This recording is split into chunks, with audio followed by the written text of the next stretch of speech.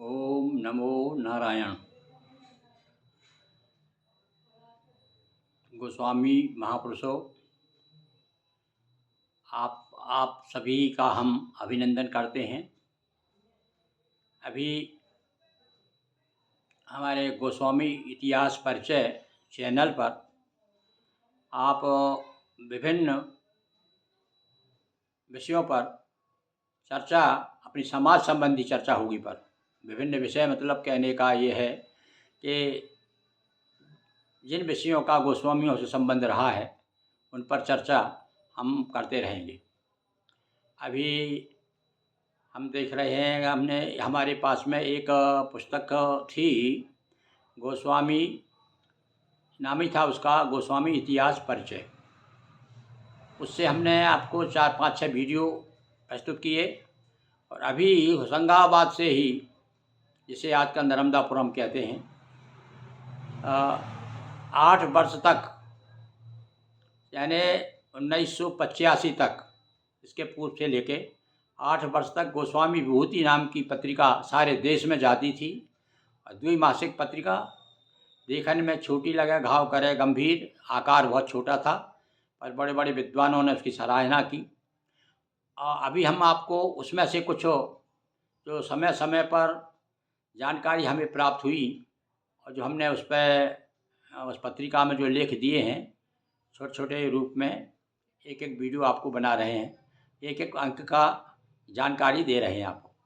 आज हम आपके सामने शब्द वैभव शीर्षक से ये गोस्वामी विभूति संपादक, ये इसके संपादक और कहना चाहिए संस्थापक हमारे बहुत से साथी थे, जो मिल कर के हम लोग पत्रिका निकाला करते थे और संपादन का कार्य का वहन में करता था। तो ये देखिए, इसका अंक 11 है और इसका पंजीयन क्रमांक था उस समय, यानी बिल्कुल लेटेस्ट पत्रिका है। और हमने इसमें ये आज आपको अक्टूबर 1984 इसका अंक है।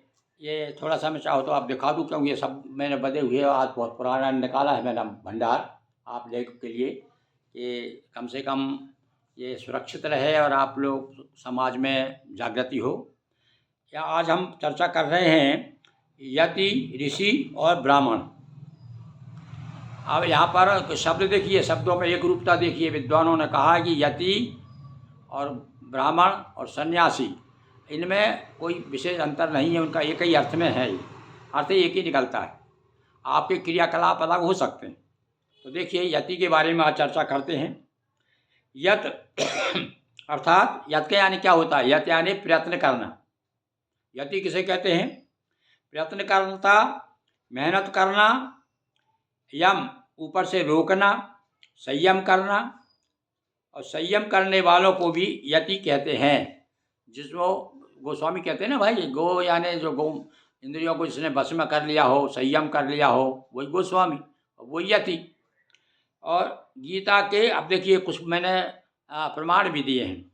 गीता के 5वें अध्याय के 16वें श्लोक में यति शब्द आया है, आप देख रहे हैं गीता में। यहाँ यति का अर्थ संयमी, सन्यासी और जिसने अपने मन, वाणी, सब इंद्रियों को काबू में रखा है, अर्थात गोस्वामी।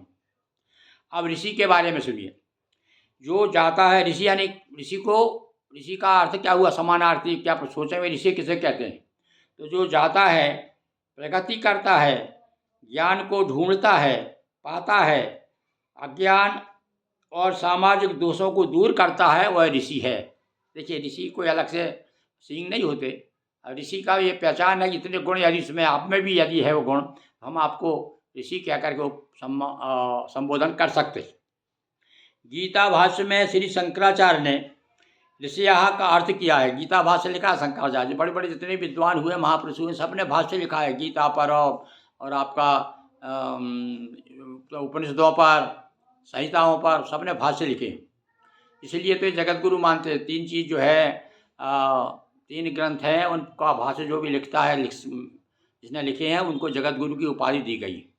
तो ये जगत गुरु शंकराचार्य जी हमारे गीता भाष्य में उन्होंने क्या है, ऋषिया का अर्थ किया है सम्यक दर्शिनः सन्यासिनः, यानी ऋषि को ही सन्यासी कहा। आप देखो अर्थ हो, ऋषि कहो चाहे सन्यासी कहो, ये क्या अर्थ, कब शंकराचार्य स्वामी कह रहे हैं, क्या कह रहे हैं वो, उसमें लिखा है ऋषयः सम्यक दर्शनः सन्यासिनः, सब ऋषि सन्यास आश्रमी नहीं थे, देखो, और बहुत से गृहस्थ आश्रमी भी थे।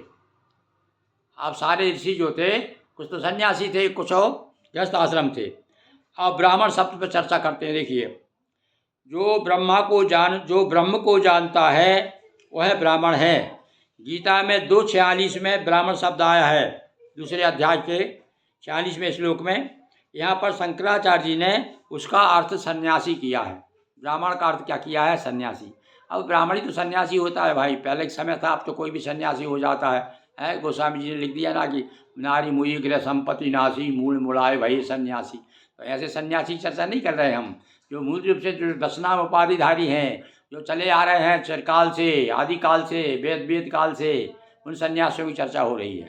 तो आज हमने आपको गोस्वामी विभूति अक्टूबर 1984 के शब्द वैभव शीर्षक से यति, ऋषि और ब्राह्मण के बारे में चर्चा की।